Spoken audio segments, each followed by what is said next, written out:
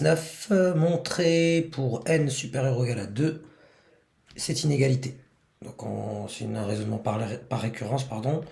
Notre proposition Pn, c'est que 5, je la réécris pour me mettre dedans, 5 puissance n est supérieur ou égal à 4 puissance n plus 3 puissance n. On va commencer par l'amorce,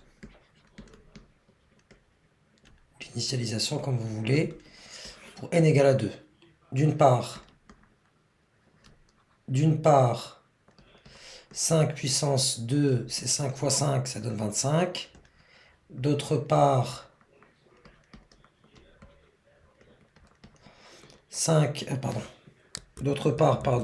4 puissance 2 plus 3 puissance 2 égale à 16 plus 9 égale à 25. On a bien 25 supérieur ou égal à 25, égal notamment, mais du coup on a bien 5 puissance 2 est supérieur ou égal à 4 puissance 2 plus 3 puissance 2. Donc P2 est vrai. Le premier rang qui nous intéresse est vrai. Donc la proposition est vraie au rang 2. Maintenant, il faut passer à l'hérédité. Étape 2, hérédité. Hérédité, soit n ou k, enfin ça dépend de comment vous le nommez, mais soit n, un certain entier, peu importe comment on l'appelle. Donc n, soit un certain n, un entier, donc privé n tel que n est supérieur ou égal à 2, tel que Pn est vrai. Voilà. Donc notre hypothèse de récurrence, c'est qu'on a en effet, pour ce n, 5 puissance n est supérieur ou égal à 4 puissance n plus 3. Le but, c'est de passer au rang d'après.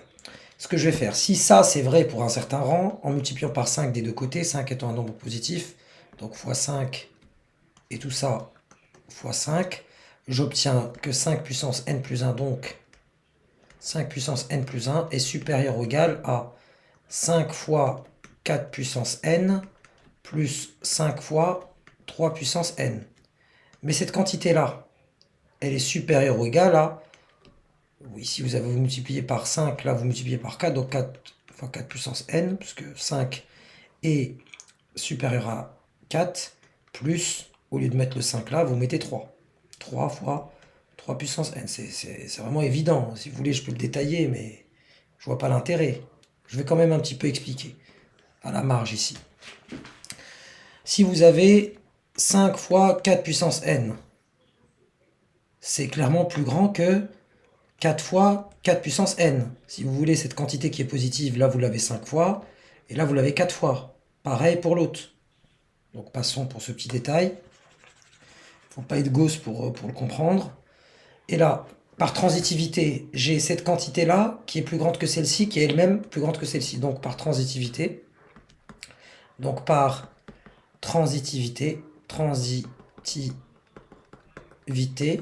j'ai 5 puissance n plus 1 qui est supérieur ou égal à 4 fois 4 puissance n qui est 4 puissance n plus 1 plus 3 puissance n plus 1. Ainsi,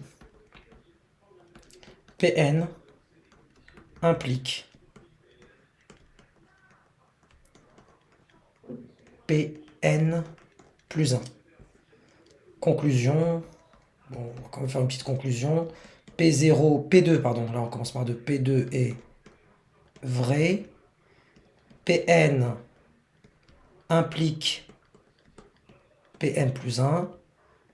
Donc pour tout n supérieur n entier supérieur ou égal à 2, j'ai bien que 5 puissance n est supérieur ou égal à 4 puissance n plus 3 puissance n.